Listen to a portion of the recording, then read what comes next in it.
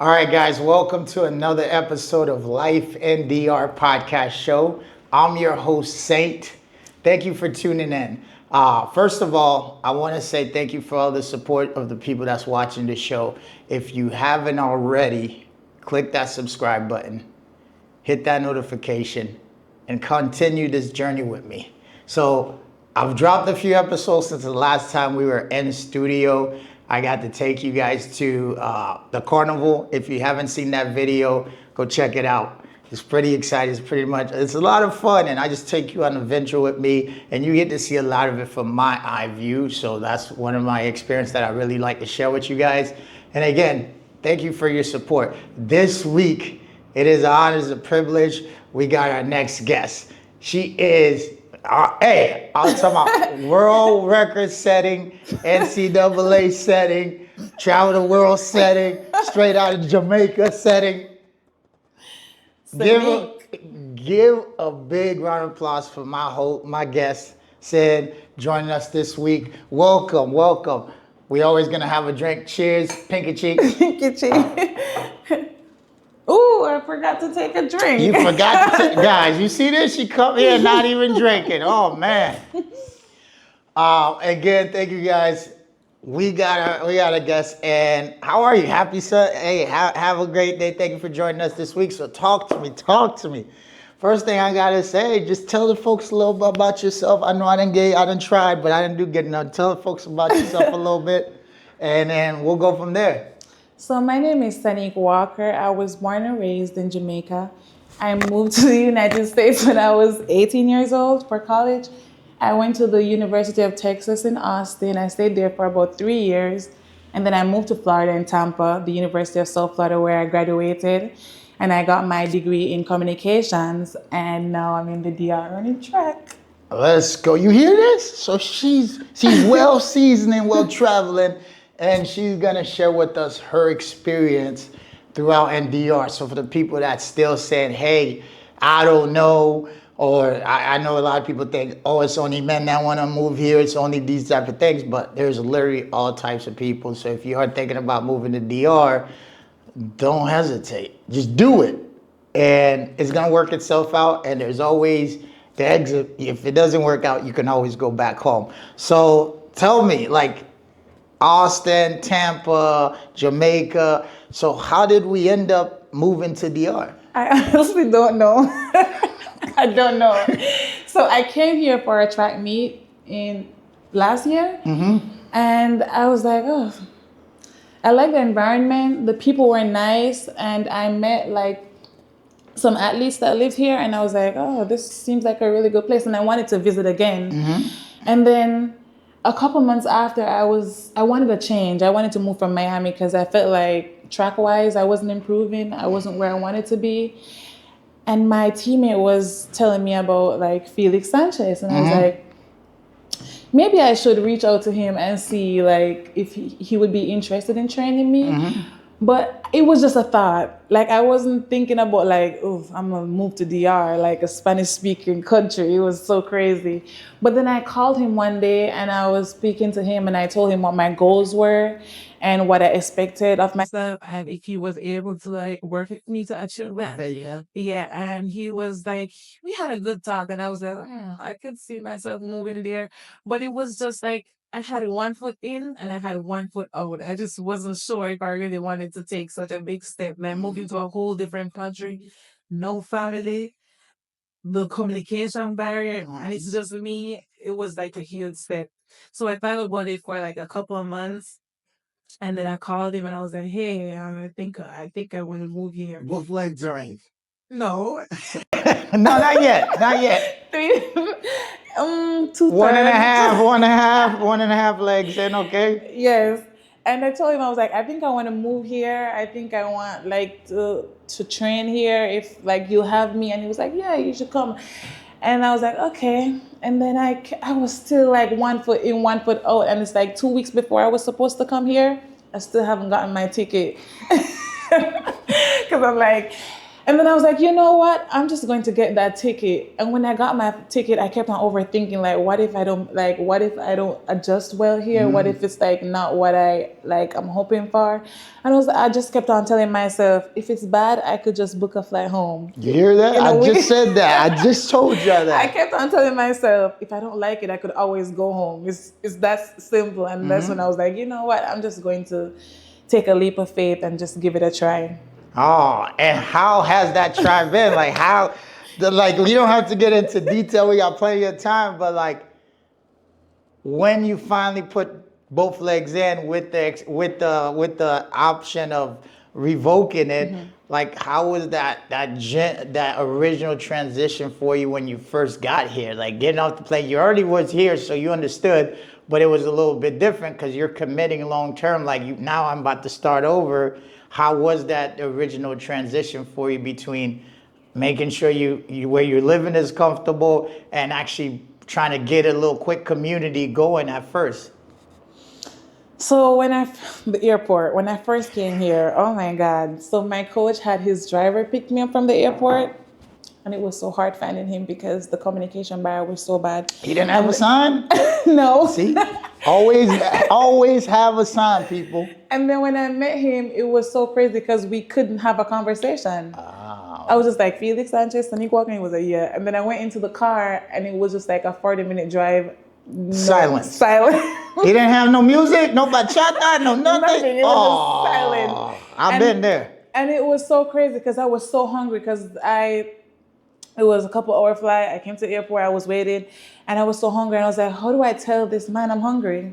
In Spanish. I didn't know a lick of Spanish, and I was there until when we were driving, I saw this KFC sign. That's like me. It's like a billboard thing. And I was like, yo, mira. Let me get some of that. Oh, tu hambre. That's why he probably said, oh, tu hambre. yes, and I was like, he said something, and I was like, yeah, food. And then he took me to Wendy's. And even when I got to Wendy's, I couldn't order anything. Point. And I was like, I'm doomed. I am doomed because it's so crazy.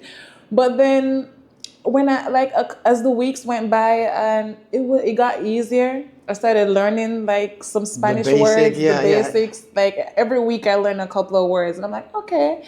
But it was so hard because even when I was practicing, like my teammates, they speak Spanish, so I wasn't able to communicate with them. I just felt like I was alone and it was just me. No, I was silent most of the days. I didn't have anybody to communicate with other than my coach. Oh, wow. That key thing, two things happen here. Number one, leap of faith. If you want to do something bad enough, good enough, or you have a goal, sometimes you have to get uncomfortable to get comfortable. That's what we teach in sales school. So that's bravo to you, first of all, to just taking the leap of faith.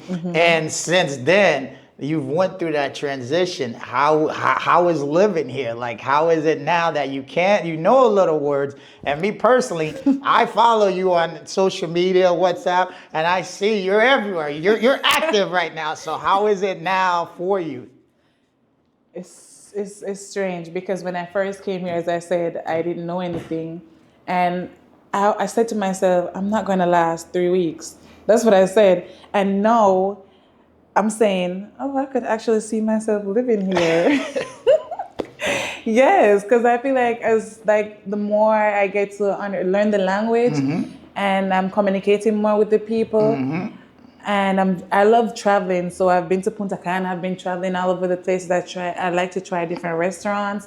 Just getting accustomed to their culture and everything. It's really nice. Like I could see myself living here for a while. Excellent. Oh man, see, you gotta do it. Just do it. Yes. And the good thing about this, so if you know anything about Europe, or I would say Mexico a little bit, Colombia, if you go Colombia, countries that's big but small, like the US is 54 states, if not 55 now. I don't really know. I lost counts. But either way, you got to take flights from Vegas, New York. You're going further. But in DR, it's just a 2-hour drive, 3-hour drive. So you can go to so many different places. and get accustomed to the culture and try different food and try all these things. But again, you won't do it if you don't have that passport. You won't do it if you're scared that you won't like it. Remember, you're not stuck. You just got to try it. And I know there's people that want to try it and it's finance or whatever, but for you, that said, oh, I want to do it. I need to watch 20 YouTubes. I need to get all the comments. I want to No. Buy a flight, do a little bit of homework, or drop a comment down low. Hey, JR, can you give me some tips? I'll happily connect with you, give you some tips. But that's all you got to do. But at the end of the day, do it. So far, what would you say is your favorite place you visit? It could be restaurants, it could be city, it could be town, it could be beach. What is your favorite so far? Punta Cana. Okay, Punta Cana. See, it's funny. Me, I don't like Punta Cana as much. There's specific places, but why Punta? Why is Punta Cana your favorite so far? I feel like there's not a lot of things to do in the capital. I feel like in Punta Cana it's just like a lot of activities. And the reason why I like Punta Cana was because there was more English speaking like people down there, and it was a lot of Americans. I met a lot of Americans in that is very Punta true. Cana. So I felt like, oh, these are my people. So yeah, Punta Cana. Okay, and crazy thing is, right? That was for me was the same thing when I first got here. Kind of Punta Cana was like my comfort zone because there was a lot of speaking English people, and even the Europeans spoke English. So my first few weeks here was like, okay, cool. I was lucky. I went through I stayed after staying in an Airbnb myself. That was bad, but I went and stayed. My friend recommended me to go at a hostel.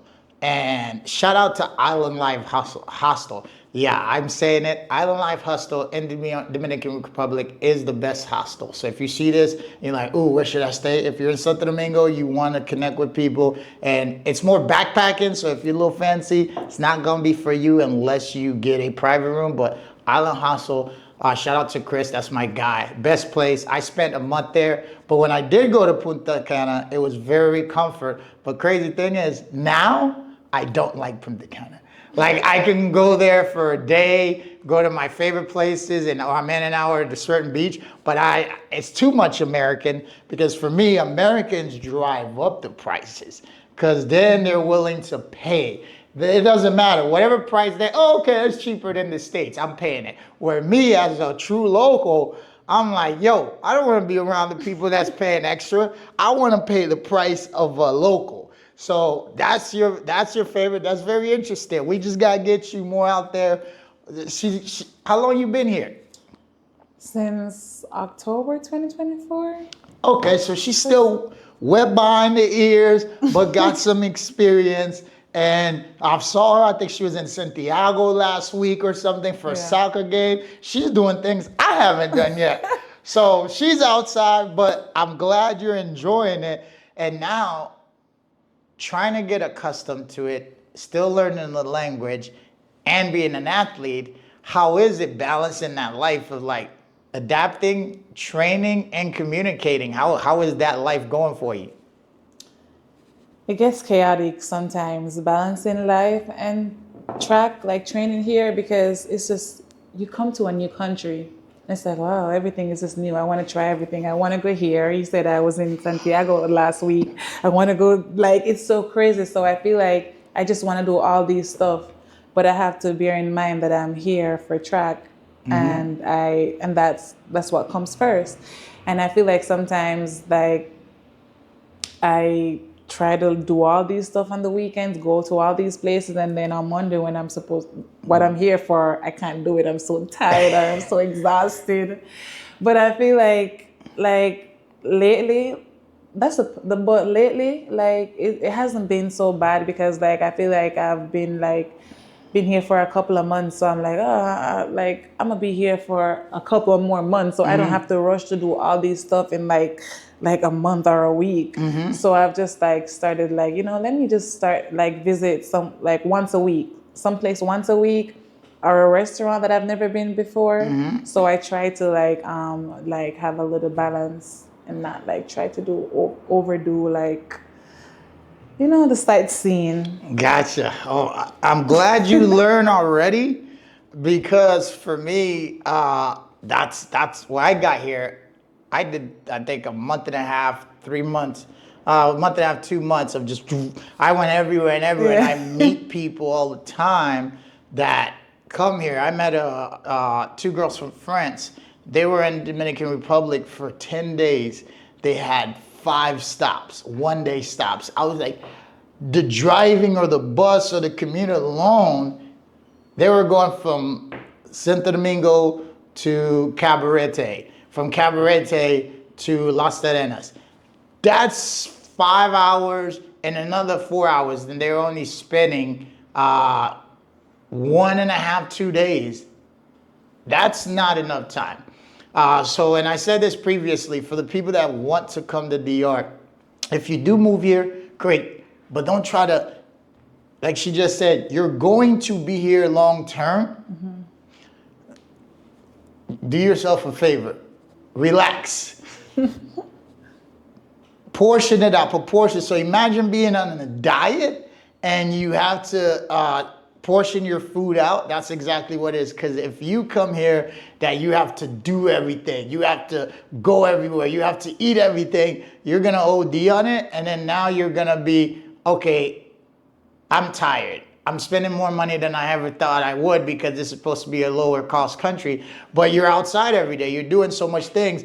Is going to have a different outcome for you compared to someone that's like, okay, I'm a piece by piece by piece and enjoy myself. So for her, she's already done so. But for you that's thinking about it, keep that in mind, that you want to ease into it. And even if you want to do a lot of things, spread it out. But that's fantastic that you can balance yourself out, because training is not easy. Training, I haven't been an athlete in about a lot of years, but I know the dedication you have, all the things you're putting in work, and that balanced life is very key for you to have, because at the end of the day, you don't want to make what you came here for. You don't want to come here for a go and leave here with just like, I had the best time. I didn't accomplish my goal, but I had the best time.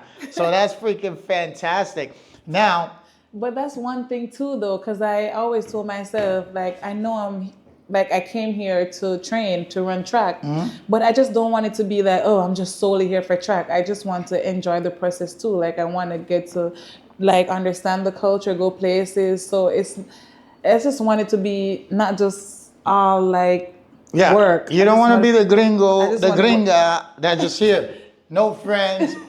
Yes. I'm mustered in. But I think your balance is fantastic. I think you're doing a great job of just balancing it.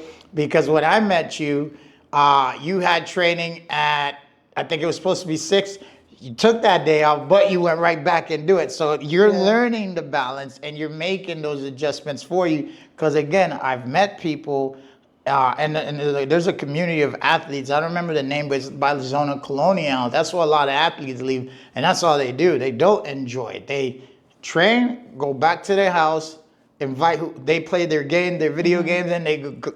It's a redundant thing, and it's like when you leave and you go home, or this adventure is gone.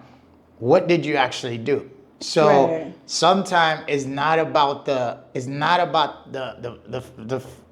final, the finish. It's about the journey. You always got to enjoy the journey of everything that you do. And I'm speaking now from memory, from experience. But for me, what would you say now, being here for about 5, 6 months, if not longer, what is the one thing you would say you wish you knew before, like, making that final decision, that like, if I knew this, it would have been an easier transition for me? I got her thinking, y'all. If I knew this, to be honest, nothing would have made it easier. Because I feel that the most difficult thing that I struggled with was the language barrier. And I was on Duolingo in Miami. I was practicing before I came. I was practicing before I came here. And I think that was just like the most challenging thing for me, not being able to communicate or to express myself the way I wanted to. I was just always on Google Translate, which is so annoying sometimes. But like I felt like that was the hardest thing. But I don't think I could have done anything to like make that easier. Okay. Yeah, no, that's true because we're in the same boat. I thought I knew some Spanish because I'm from Florida just like her, and I hung out with a lot of Latinos. At one point, I swear I was Dominicans for like a full year back when I just discovered Dominican Republic, and I'm Haitian. And I was like, oh, okay, that's my peoples. I was in the Latin club, so I was like, I'm Dominican. And they're like, oh, but no, far from it. But either way, that is important. So for you that say you want to go Spanish, I know some people that really tighten down and get on their Duolingo right now. I'm on my Duolingo and I still live here because I want to be very fluent in Spanish, even though I do speak Spanish. But I want to express myself. I want to communicate. It's the best way for me, especially with what we have going on with just all the things we're doing with the foundation, with the endeavors we're doing. I want to be able to speak for myself and not rely on somebody. So that is a goal. Yeah. And are you still working on your Spanish now? Oh yes, I don't think I'll ever stop. But lately I haven't been using Duolingo a lot. I've been using my teammates. Oh. Like they try to speak to me in English every day. They come, they're like, "Hello, how are you?" They're trying because they want to learn too. So they want to learn English. I want to learn Spanish, but then I realized I will never learn from them because their Spanish is just Dominican Spanish, street Spanish, and I'm like, they be like, "Está bien." I'm like, Duolingo says está bien. So I'm like, maybe I should stick to Duolingo because like I feel like when I'm communicating with them, I realize I'm starting to say the same stuff they're saying, which is not really the proper Spanish. I'm just like, que lo que? I'm like, no. And I like one of my coach, he's always like, he says, you need to learn the proper Spanish. Do not listen to them. So like, I think I should lean more to using Duolingo because my teammates' Spanish is Dominican Spanish is very different. Yes, that is 100%. Dominicans speak Dominican Spanish. Yes. And then there's Colombia. There's a lot of different, but Dominican Spanish is on a whole nother set. And if you've seen previous show, I've already explained this. But yes, there is España Spanish, there is Colombian Spanish, there's Venezuelan Spanish, and there is even Cuban and Puerto Rican Spanish. And then there is Dominican Spanish. And even within Dominican Spanish, there is 5 to 6 different Spanishes. So if you want to learn on the street, it's going to take you twice as long because they cut words out, they slang the words, they do it. So what she's saying, I would go with Duolingo or hiring someone. Me, myself, I'm on Duolingo because Duolingo is going to give you the proper Spanish. And let me tell you something. A couple years ago, I was speaking to someone. I was at, I don't remember where. I was at, actually, not Rooms to Go, but IKEA. I was at IKEA. I met someone. We started talking. I'm using Google Translator on my phone. And even Google Translator did not understand what they were saying. Google was like, question mark, I don't understand. Because in DR, every part of the Dominicans speak. So if you went to school, you speak a very similar, cleaner Spanish. And if you grew up around like the city-wise and you know the one Spanish. If you grew up in what is called the barrios or like countryside, that's a complete different Spanish. And then once you do start going out to the Jarabacoas, to Barahona and all these places that's far east, their Spanish goes on to another level. So again, if you don't know Spanish and you want to learn Spanish, people all the time learn it from the streets. But like she said, I recommend going and learning it through Duolingo or a Spanish-speaking person because that is the correct Spanish. And you're able to then speak to all the different races and they're just in Spanish, and they will understand you more instead of coming and saying, "Quiero que." Yeah. So that's fantastic. Now, what is for me is like, right? You're in Santo Domingo right now. Your favorite right now is Punta Cana, but I promise once you get to Las Terrenas, have you been to Las Terrenas, Samana yet? Okay, so I think that's my favorite. Maybe that'll be yours. But what is some places that you want to visit that you haven't visited yet? I want to go back to Santiago. I don't know the names of the places. Oh my God. Barahona? Barahona. Barahona is close near here. Yeah. I went to La Romana. I never, it's so, it's nothing. It's for rich people. And I just want to go San Juan. Oh, that's beautiful. Yeah. Our guy Julio's been to San Juan. It's beautiful. I saw a picture. I like, ooh, I want to go there. Yeah. It's on my bucket list too. Where again? That's all I have for now. Okay.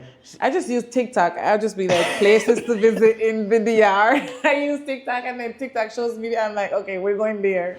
So Okay. I take it a week at a time. Okay. So here you go. Even when you live here, there's still places you haven't been. You just got to start making that bucket list. Yeah. And that's how it is. As far as it's crazy to hear. This is the first person I've ever met that said they want to go back to Santiago.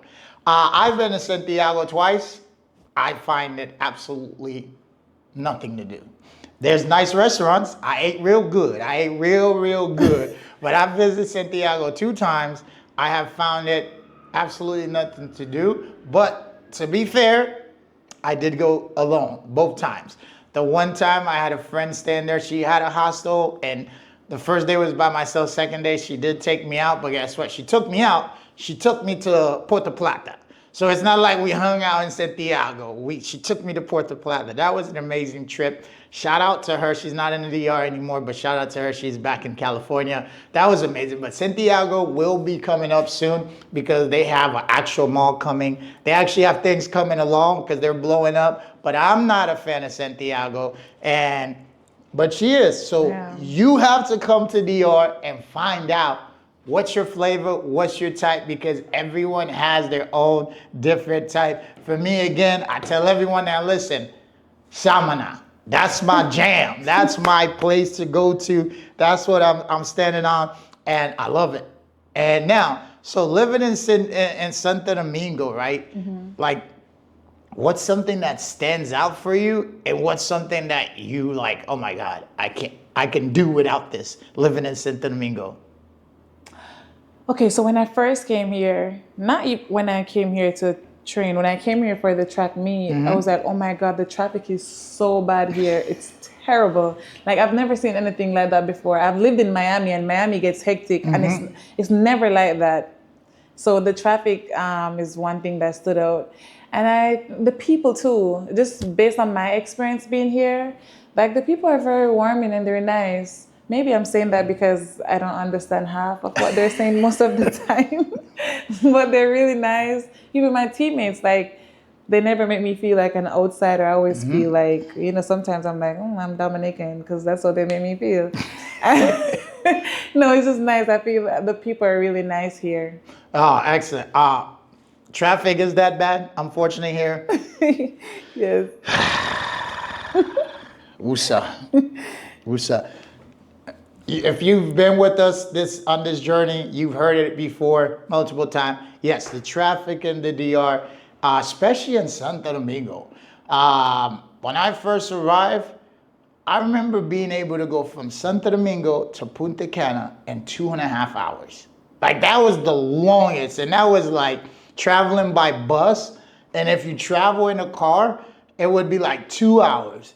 Now that same trip is 3 hours and change. Like, it's ridiculous. I don't know. I understand why. As far as traffic, let me give you a secret, guys. Traffic is bad like Miami, like anywhere else. But once they put the street officers on these traffic stop duties or traffic duties. If you know, please tell me in the comment. I think they do it on purpose. Because recently, I spent 30 minutes at a light. 30 minutes. I went from one major highway to another, and it took me 30 minutes. So eventually, I think I told this story. I ran the light because he was laughing at me. He was looking me in the eye, and he was laughing because we were standing there so long, and I just ran the light. But that is 100% correct traffic. As far as the people, Dominican Republic is voted one of the happiest countries in the world. So that's why most likely you feel that, because it is very inviting. They are happy. That's why from Wednesday through Sunday at 5 o'clock and up, you can go anywhere in the city or pretty much anywhere in the country, and you pass by any Cormado, you are going to see a minimum of 2 to 20 people sitting there, having drinks and conversating. And that's people without money, people with money. It doesn't matter. There is the one thing about DR, there is no segregation, is drinking at the Cormado. It could be somewhere in a Ferrari or someone on a motorcycle, a chupeta. It doesn't matter. They all, once it's time to drink and celebrate and be happy, they will always be. Don't matter your skin, don't matter where you're from, don't matter nothing. If you want to play some dominoes, you get in there too. You might lose quickly. I won't, because I'm the best. But either way, that's why. I'm glad that that's the experience you've been getting. Speaking of, how's your dominoes game? You live in DR, you have to know how to play dominoes. No, I was born and raised in Jamaica. I sure do. Like, I'm really good. I've never played here, but I've always seen like people at the Comado playing and stuff. Like every day. It's like an everyday thing. It's every day. It's like that Presidente Day drink. It's an everyday thing. Yep. So you gotta, now I can say you got next. You gotta get in there, see if you're skilled. That was my first invite I got to, it was the first time someone invited me to their house for holidays. His name's Wooly. And he invited me, and like you said, so welcoming. So it was like, I felt like I went home to my own home, because there were food, drink, all this. He took me around his whole, I went around a whole corner from his cousin to his ex-girlfriend. It was like, I felt like coming to America, but it was coming to DR. And it was amazing. And that was the first thing I did. I was like, the grandpa or the dad came up to me, started talking. I said, "You play dominoes?" He's like, "Yeah." I said, "Bring out the dominoes. I'm the best." I learned from Cubans. And then boom, it turned into playing before eating and then after, and I was just laughing and enjoying myself. That was one of the best experiences I got in DR. So shout out to Willie. I don't have his contact. I lost it after like a few months. Shockingly, we talked through email. Yeah. Somehow, some way, he had, that was the one thing he knew he would never lose, was his email, because phones were getting, I remind you, this is probably like 2019, so phones could get stolen or change number and all that. He's like, but this email, I will never lose it. And then by the time I lost it, I was trying to figure out my life. I wrote him again, but shout out to Willie. You the man, you and your boys. So, living here, balanced life, and all these. So now you actually have to be the host when someone come visit you. I know you already had one host, but like you gotta be able to take them out. So are you learning where to go, not where to go? Or are you still relying on your teammates or your coaches? Like, okay, I got a friend coming in, I gotta be the host now. Number one, like, have you been taking notes, or are you still gonna rely on people to say, hey, where should I take them? It's crazy because I've had two like group of my friends that came here, and I never relied on anyone. I rely on TikTok. So my first trip with my friends was in Punta Cana, and it was in December. But I came here in October, the ending of October, so I was here probably for 2 months before then. And they made it seem like I've been here for so long. They're like, you're gonna plan all this trip. We're gonna plan everything for the week. I'm like, I'm just like you. I don't really know anything. And then like I like researching stuff. I like Googling. I like going on TikTok. So I've always like had like ideas in my head. And I try to look on reviews to see if they're safe. Or I'll ask my coach, I'm like, have you ever been here before? And he's like, yeah, it's a good spot. I liked it. I'm like, okay, I'm gonna take my friends there. And that's basically what I did. And you remember my friend that came here the last time? I took her to places that I've already been to that I enjoyed and I thought that was safe. But I've never like taken her to like no ghetto or. Yeah, you're not there yet. Well, give it a couple. If you stay here a couple of years, you'll get there. Cause even it's like, yo, I gotta take you over here, man. Cause this ain't my hood, but it's my hood. I know the people. My friend does that because I have a Jamaican friend that lives here, and she's like, I want to take you to this underground thing. I'm like, what? I'm like, no. Yeah. It's so crazy because she's like, it was really fun, but it's dangerous, but it's fun. I'm like, like I'd rather stay where I'm at. So I try to like go to places where I know it's safe. I feel like if I lived here, like if I was born and raised there, it would have been different. But I'm like, I feel like no matter how long like I stay here, I will always be like a foreigner to them or like an outsider in a way. So I can't do the same stuff Dominicans do unless I'm with like a teammate or I'm with a Dominican friend. But I can't just be going places. You're Jamaican, I'm Jamaican, and you want us to go. You know what I'm saying? I'd rather go with a Dominican where I'm like, oh, I know I'm safe. Like he been around. Gotcha. Well, first of all, you can just don't go to like Cuarentido or nothing, but you can. You are actually. I've told people this all the time. As a foreign, you're really safe. The only people that have trouble. And it's not to say like, oh, you look for it, but it's if you do go wander in the weirdest places, and you see it on YouTube. I don't know about TikTok, but I've seen it where there's people, YouTubers and all, they're actually go further deeper in than Dominicans do. Because that's one thing is Dominican is very happy, but they're also very afraid. So, and that's me living here for a long time. Like they're happy, yes. I'm happy within my area. Like I know this area, I'm safe. I'm gonna be completely, nothing's gonna happen to me here.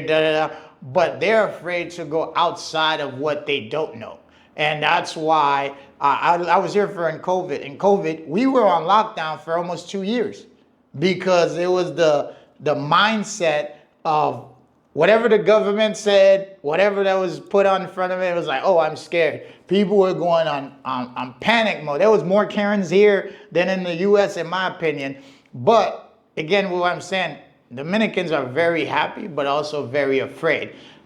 So for the people that do come from other places that like, yo, I'm going to go there, unless you go looking for trouble. I remember a guy who literally traveled like by foot. He was drunk one night and he said he went all these areas, no one messed with him, and he had so much fun and met so many people. So you can do that, but I would suggest not having your phone around no matter where you go. Again, don't go looking for trouble and trouble won't find you. So now, give me some differences between Jamaica and DR and the United States. Like, give us, the camera's yours. Give us some differences that you see that's like not just big little difference, but big difference for someone that wants to, make that transition. Some differences. So for Jamaica, I feel like Jamaica and the Dominican Republic have like a lot of similarities. It's just the communication, the Spanish, the English, but I feel like the lifestyle is similar. Same like they have colmadas here, like with people drinking, playing dominoes. It's the same vibe in Jamaica. I don't want to say like Dominicans are nicer or they're more cooler people, but I feel like we're gonna have to cut this part out. No, never. We don't cut it. But that's how it is. No, I feel like people here are more warming than in Jamaica, which I was born and raised in Jamaica, but I feel like maybe it's because I'm an outsider. Because sometimes people treat outsiders like More. They're gonna treat right. outsider nicer than the insiders. Yeah, so that's just my experience, like being here. Another like similarity is partying and the music. Yep. Like it's similar. Jamaicans love to party. Dominicans love to party. They love to drink. They love to have a good time. I just feel like it's more similar. I don't see any like difference. The only difference is just like there's a lot of bikes here. Like I've never seen anything like that. Like A lot of what? bikes. Oh, What- yeah. Yeah, like they have bikes in Jamaica, but it's not so like it's just a lot here. I've never seen anything like that before, but it's just they're similar, but it's so much different. Like living in the United States, I feel like living in the United States is like I just felt like it was just like work, all work and no play. It gets hectic, and I feel like sometimes you work so much you forget to have fun. Yeah, that sounds familiar. Yeah, but I feel that here it's just like a breath of fresh air. You don't have all that weight. Like I felt like when I came here, like I just had this weight off my shoulder. I just didn't have so much responsibilities that I had like living in Miami. And it's like it's more affordable living here. It's just easy. Nice. Yeah. Well, that's good. And no, you're not the first person to say this. Yeah. It's very similar, but yes, foreigners are always going to get treated better. Because even here, that's what Dominicans say. Yeah. Dominicans say what you just said about Jamaica. Dominicans would say, no, I don't want, they don't want to be there, or they don't get the treatment. They're like, no, they treat you better. And I know that for a fact, foreigners get treated better. So it is 100% accurate what you're saying about that. Like that the fact is, like, man, how do you treat, because they want you to be comfortable. That's more revenue. That's more everything. And the crazy thing is, there's Dominicans that don't like it. I saw something recently where Dominicans are protesting in the mountains area and the areas where there's the lagoons and stuff, because there used to be nothing but trees and water and rivers and all these things happening, and now there's nothing but groundbreaking dirts and all these things because the entire country is for sale, and it's taking people out their home, out their land, and all these things. So, and that happened in Jamaica, that happened to other countries, and you're 100% right. That's what happens, and it's life. You gotta enjoy your time here in DR, enjoy the experiences to the fullest, and when that time comes, hey, it is what it is. So, I got just one last question for you: is what is, and I may sound redundant, what is one recommendation for someone that want to move to the Dominican Republic? A recommendation. What did I say? You just have to be open, because it's like because as I said, like I've been living in Jamaica. I lived in Miami for a couple of years. I lived in Tampa, and every state or every country I've been to, it's just different. So you have to be open to change. You have to be able to assimilate to like another culture, like different experiences. Because when I first came here, it's like there's some instances where like Dominicans do stuff like differently from what I'm used to, and then I'm like, oh, and then I was like, what is going on? But then I'm like, okay, like I'm living here, so I know that I have to adapt. And like I feel like why it was so easy for me to like adapt to the culture and like get comfortable here. I feel like it's because I'm like so open to change. changes. Yeah, you have to be open to change and like know that like it's not going to be like what you're used to, and you're just gonna have to like accept and just work with it. Gotcha. Well, thank you. And you hear this, guys? Be open. Yeah.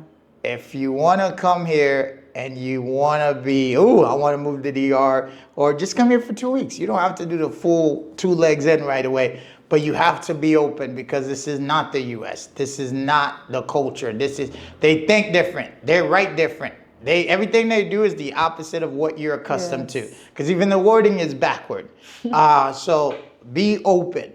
So again, thank you. No Thank problem. you. I appreciate you. One last Pikachu. Pikachu. Hey, guys, this is it. You came in and now I did what she did. I didn't drink. Thank you for tuning in to another episode of Life in DR. And remember to subscribe and like the video. You hear this? You hear this? Yes. Subscribe, like, And comment, share. and share. Hit the notification button. Again, my name is Saint. I'm your host. Every week we're going to keep bringing it to you. We want to continue bringing experiences like this because it's one thing is like, oh, you see videos of people being at the beach and tell you what they're doing or what to do, but you want to listen to someone that's actually living here. I want to continue to bring this to you. And again, thank you for tuning in. If you haven't watched a lot of the previous episode, I took you to Carnival. I took you to Punta Cana. I took you to Wandolia. Go check us out. Follow us on Instagram, Life in DR Podcast Show.